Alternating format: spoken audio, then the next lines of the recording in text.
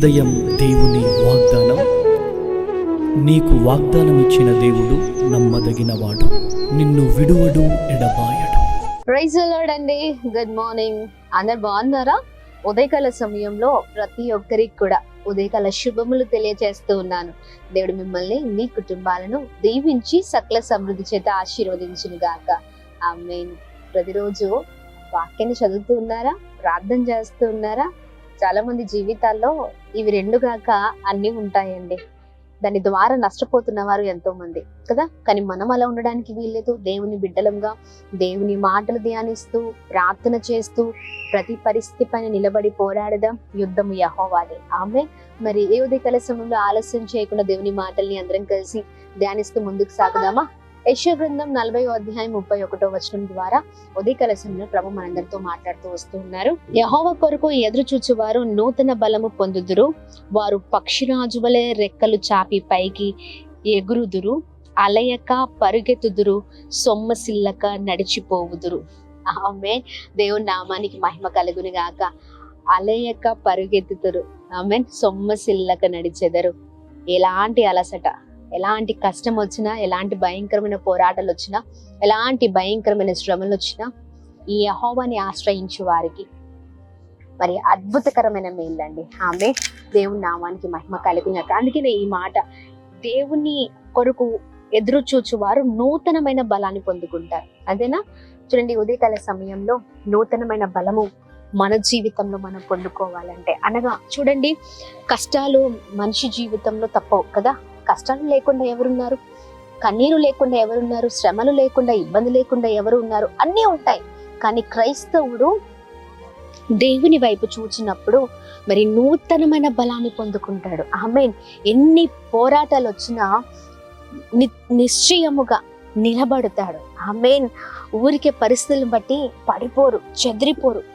ఏ విషయంలో ఎలాంటి మరి పరిస్థితులు ముందర వచ్చినా, ముంచి వేసేటట్లుగా మరి పరిస్థితులు ఉన్నా కానీ దేవుడు అద్భుతమైన రీతిలో ఆయన వైపు చూచు వారికి నూతనమైన బలాన్ని ఇచ్చి, నిబ్బరము కలిగిన ధైర్యాన్ని ఇచ్చి ఓ అద్భుతంగా దేవుడు నడిపిస్తారండి. ఆమేన్. దేవుని నామానికి మహిమ కలుగుగాక. పక్షిరాజు లాంటి బలము. ఆమేన్. ఈ ఉదయకాల సమయంలో ఇదిగో, అందుకనే ఎవరి వైపు చూసేవారు ఇంకా మనం ఉండకూడదండి. ఈ యెహోవా వైపు చూసే వారినిగా మనం ఉన్నప్పుడు అద్భుతమైన రీతిలో గొప్ప కార్యాలను మనం చూడగలుగుతాం. Praise the Lord. ఈ ఉదయకాల సమయంలో చూడండి, మనము సొమ్మసిల్లిపోయేవారిగా, లేకపోతే ఆగిపోయేవారిగా, పడిపోయేవారిగా ఉండడానికి వీలు లేదు. మనుషుల వైపు చూస్తే ఖచ్చితంగా మనం పడిపోతాం. కానీ దేవుని వైపు చూస్తే మనం నూతనమైన బలాన్ని పొందుకొని ముందుకు సాగిపోతాం. Praise the lord. ఇన్ని రోజులు ఆగిపోయారేమో, ఇదిగో మనుషుల వైపు చూడక, మనుషుల వైపు చూడడం మానేసి దేవుని వైపు చూద్దాం. దేవుడు అద్భుతమైన రీతిలో మనల్ని నడిపించునే ఉన్నారు. అందుకనే చూడండి, ఎన్ని పోరాటాలు వచ్చినా మనం ఆగిపోయే క్రైస్తవులుగా ఉండడానికి వీల్లేదండి. ఈ అంత్యకాల దినాల్లో ఎన్నో విషయాలను మనం చూస్తూ ఉన్నాం. ఎన్నో పరిస్థితులు, ఇబ్బందులు, ఇరుకులు, కష్టాలు, భయంకరమైన పోరాటాలు. మనము నిలబడి పోరాడేవారుగా, అపవాదిని జయించే బలాన్ని దేవుడే మనకిస్తారండి. ప్రార్థించండి అంతే. దేవుని వైపు చూడండి, ఆధారపడండి. మనమందరం కలిసి ఆయన వైపు చూస్తే ఆయన ఘనమైన కార్యాలు మన జీవితంలో ఆయన చేయనై ఉన్నారు. ఎలాంటి ఇబ్బందులున్నా, కుటుంబ సమస్యలే కావచ్చు, జీవితంలో ఎన్నో భయంకరమైన పరిస్థితులే కావచ్చు, ఎదుటి వ్యక్తులతో ఇబ్బందులు కావచ్చు, లోకంలో ఉండగా ఎన్నో విషయాల్లో మరి చాలా ఇబ్బందులు పడుతూ ఉండొచ్చు. కానీ అన్నిటిపైన విజయము మనం పొందుకోవాలంటే దేవుని చూసే వారిగా మనం ఉండాలి. అందుకనే ఉదయకాల సమయంలో ప్రియ సహోదర సహోదరి, ఎలాంటి దుఃఖంతో ఉన్నా, ఎలాంటి వేదనతో ఉన్న ప్రభుని చూడడం ప్రారంభిద్దాం. హల్లెలూయా. ప్రభు గొప్ప కార్యం చేయబోతున్నారు. మరి మనము మరి అలయక పరిగెత్తే వారిగా, పరుగులో ఆగిపోయే వారిగా కాదు, పరిగెత్తే వారిగా, మరి సొమ్మసిల్లక నడిచే వారిగా మనం ఉండాలి. అంటే మన బలమంతా దేవుడే. ఆమేన్. ఆయన వైపు చూస్తే నూతనమైన బలాన్ని పొందుకుంటాం. అందుకే నేను ప్రతిసారి ఈ మాట చెప్పండి, నా బలమంతా నీవేనయ్యా, నా బలమంతా నీవేనయ్యా. ఎలాంటి పరిస్థితులు ఉన్నా నీవు నన్ను బలపరిచే దేవుడు కాదు, నీవు నన్ను తృణీకరించే దేవుడు కాదు, నన్ను నడిపించే దేవుడు అయ్యా అని మరి అద్భుతమైన రీతిలో ఎత్తిపట్టి ప్రార్థన చేద్దాం. ధైర్యంగా ముందుకు సాగుదాం. ఆగిపోయే క్రైస్తవులుగా కాదు, సాగిపోయే క్రైస్తవులుగా ఉందాం. క్రైస్తవుల ఎన్ని విషయాల్లో ఎంత దుఃఖం ఉన్నా ప్రార్థిద్దాం. మన కళ్ళు తెరిచి దేవుని వైపు చూద్దాం. ఆమేన్. నిజంగా దేవుడు ఎంతటి అద్భుతమైన కార్యం చేస్తారో మన జీవితంలో మనం చూడబోతూ ఉన్నాం. అందరం కలిసి ప్రార్థన చేద్దాం. ధైర్యంగా ఉందాం. ఒకటే, దేవా నేను ఆగిపోవద్దు, ఎన్ని వచ్చినా నీ వైపు చూసే వారికి, నేను ఆశ్రయించే వారికి నేను ఉండాలని ప్రార్థిద్దాం. ప్రార్థన.